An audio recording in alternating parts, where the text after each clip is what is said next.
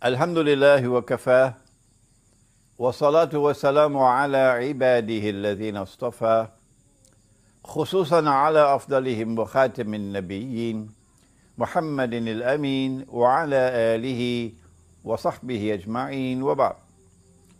We greet you from a little village up in the mountains, Bumilangit, outside of the Indonesian town or city of Yogyakarta. And we greet you with Assalamu alaikum wa rahmatullahi wa barakatuh, wherever you are in the world, as we seek to address you tonight on the subject of relations between the Shia and the Sunni. We know, in consequence of our study of Islamic eschatology or Ilm Akhiru Zaman, we know that Dajjal has a master plan at work. And he's pursuing that master plan of trying to foment and to ignite Shia-Sunni civil war in the world of Islam. Such a civil war has not as yet occurred. They tried it. When Saddam Hussein launched his aggressive attack on Iran, pure aggression, on behalf of the Zionists, because Saddam Hussein was their blue-eyed boy. The war with Iran, which lasted for 8 years, did not succeed in igniting Sunni-Shia civil war in the house of Islam. No, it did not. Allah did not allow it to happen. And then they launched yet another attack in the armed insurrection in Syria, hoping that that armed insurrection in Syria would ignite Sunni-Shia civil war. It has been now 3 years since they launched that armed insurrection in Syria, and they have not as yet succeeded. And now it seems as though the last card that they have to play is a card called ISIS. This bogus jihad being launched in northern Iraq and northern Syria by these people who say they're going to reclaim the Khilafah or the Caliphate. Doing it, of course, with Zionist money, doing it with Zionist weapons, doing it with Zionist training, and of course, Turkey is a member state of NATO, and all of us know that NATO is the military arm of the Judeo-Christian Zionist alliance. Will they succeed with ISIS in igniting Sunni-Shia civil war in the world of Islam? I do not know. But I have a duty to do all that I can possibly do to ensure that it does not happen. One of the things that can be done is to bring some theoretical analysis to the Shia-Sunni divide in Islam, to try to bring some clarity of thought to the subject, and in the process to try to build a bridge between the Sunni and the Shia, to establish a common front, to establish Shia-Sunni solidarity in facing a common enemy, those who want to eventually rule the world from Jerusalem by the hook or by the crook, but it's always by the crook. How do we bridge the divide between the Shia and the Sunni? All that we want to do in this presentation is to deliver a warning, the mother of all warnings, to the Sunni, who are now beating their drums and blasting their trumpets, declaring that the Shia are kuffar. Those Sunni who are dancing to every tune that Dajjal plays should listen to this warning. And it is delivered as part of a theoretical presentation with no boxing gloves on my hands. No. How does a community become kuffar when they say of themselves that they are Muslim? There is a process. and those who dance to Dajjal's tunes should know what is the process. The process is that a scholar, not a schoolboy, a scholar of a sufficient rank and standing in the world of Islamic scholarship, must deliver a fatwa or a legal opinion. And that legal opinion is delivered with all the arguments which support the position, declaring that a particular group of people are no longer Muslims, they are kuffar. This fatwa of kufr has to be established, has to be pronounced. It has to be reduced to writing and circulated amongst the scholars. When that is done, then the next part of the process is to achieve ijma' or consensus. Consensus, first of all, amongst those who are qualified to offer an opinion on the subject. People of knowledge, not schoolboys. We have never had ijma' in this ummah that the Shia are kuffar. We have had ijma' that the Qadianis, the supporters and followers of Mirza Ghulam Ahmad, the false messiah, they are kuffar. There is ijma' on that. But there has never been ijma' that the Shia are kuffar. Where has reason gone? Where has logic gone? Where has elementary common sense gone? If such a fatwa had been delivered, and if there had been ijma' of the ummah that the Shia are no longer Muslims, they are kuffar, then how do you explain that the Shia have never been stopped from performing the Hajj? There have never been demonstrations arguing that the Shia should not be allowed to perform the Hajj. Up to this miserable day, up to this day, miserable because of the drum beating of these people who are saying that the Shia are kuffar. If you say of a Muslim that he is kafir, and he is not kafir, you become kafir, said the Prophet ﷺ. You become a kafir. So I want to deliver the mother of all warnings to those Sunnis who are beating the drums of war against the Shia, to those Sunnis who are dancing to Dajjal's tunes. Why? Because Dajjal wants to ignite Sunni-Shia civil war in the world of Islam at this time, but they cannot understand that. They have eyes and yet cannot see. They have ears and yet cannot hear. They have hearts and yet do not understand. Allah says of such people, "Ulaika kal an'am," they are just like cattle.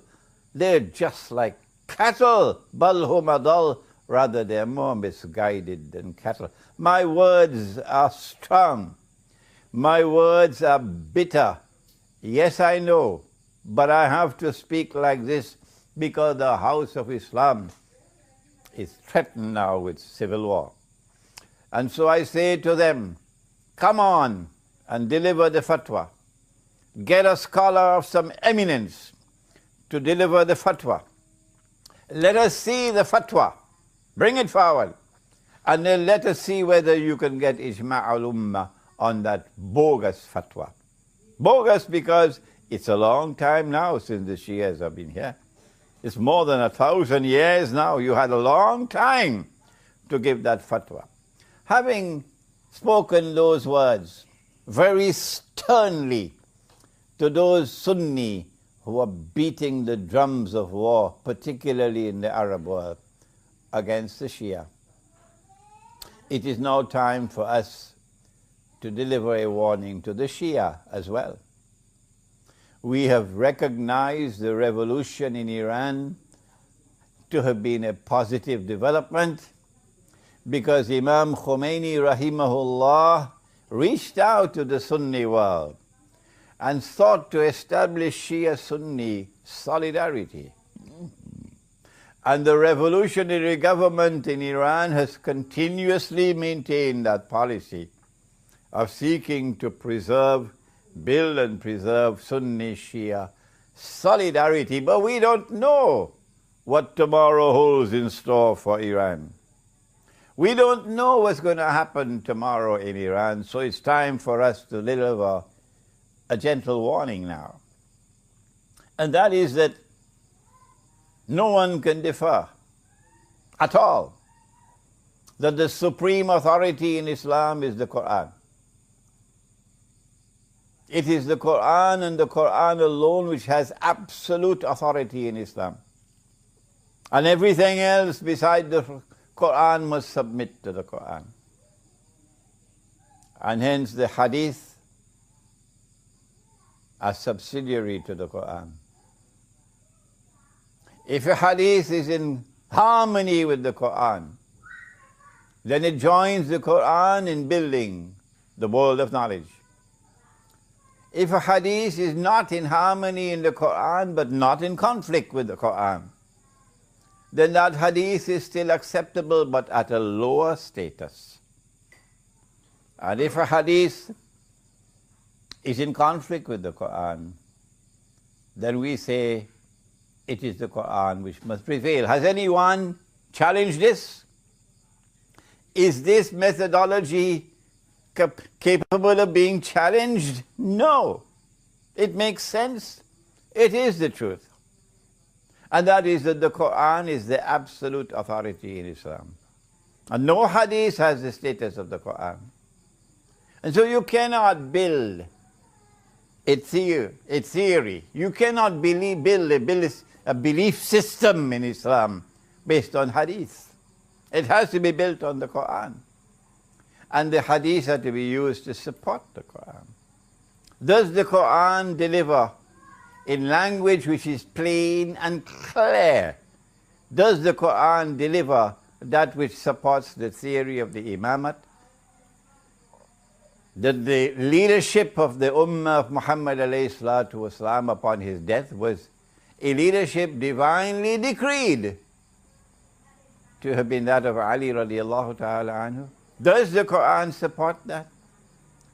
Does the Quran support the belief that succession to leadership by divine decree is restricted to the house of the Prophet alayhi salatu wasalam? Does the Quran support that in language which is plain and clear? You cannot interpret the Quran to build a belief system. No. The Quran has ayat which are muhkamat and ayat which are mutashabihat. But the Quran declares about the ayat muhkamat that they are ummul kitab. So belief systems have to come out of ummul kitab, from the muhkamat, not from the mutashabihat. So you do not interpret a verse of the Quran to come and convince me that the Quran has appointed to Ali radiallahu ta'ala anhu as the successor of the Prophet alayhi salatu wasalam. No. If you cannot use the Quran to demonstrate plainly and clearly the theory of the imamat, that the leadership of the Ummah alayhi salatu wasalam is divinely decreed to be from Ali radiallahu ta'ala anhu and restricted to the house of the Prophet alayhi salatu wasalam, then you are on shaky foundations. You do not divide yourself from the Sunni over this issue. No. The Quran must unite us, not divide us. And do not use the hadith to create a new sect.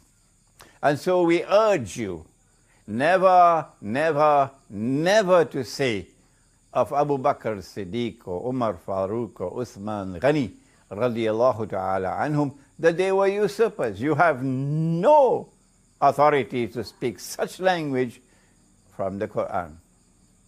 If we are able to agree on these two issues, that a fatwa of kufr has to achieve ijma' before a people can be recognized to be kuffar, and that has never happened in the case of the Shia.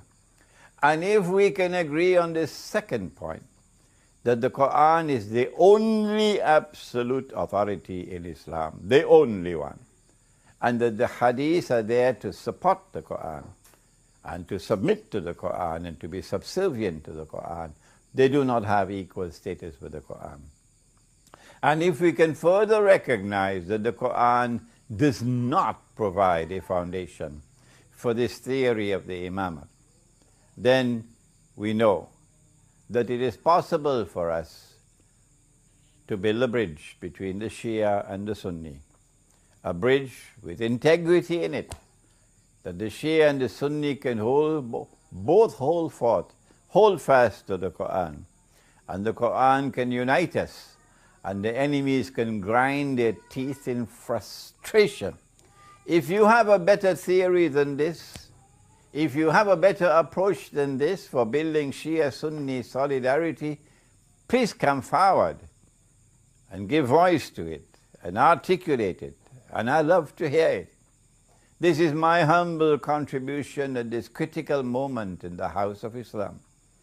A humble contribution for bridging the divide, the Sunni-Shia divide, for building Sunni-Shia solidarity to face the common Zionist enemy, to building Shia-Sunni solidarity in order to prevent Dajjal from achieving his master plan of igniting Shia-Sunni civil war in the world of Islam. Before I end, need I remind you that there's only one Muslim country in the world today which is a nuclear power, and that's Pakistan.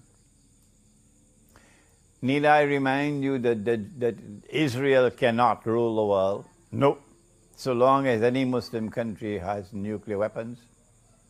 Need I remind you that the plan is that Pakistan must be denuclearized by the hook or by the crook? If they do not want to wage a nuclear war with Pakistan, then how will they succeed? The answer is they've got to attack from Pakistan from inside and get Pakistan to break up from civil war. And need I remind you that if our enemies succeed in igniting Shia-Sunni civil war in the House of Islam, that's goodbye to Pakistan.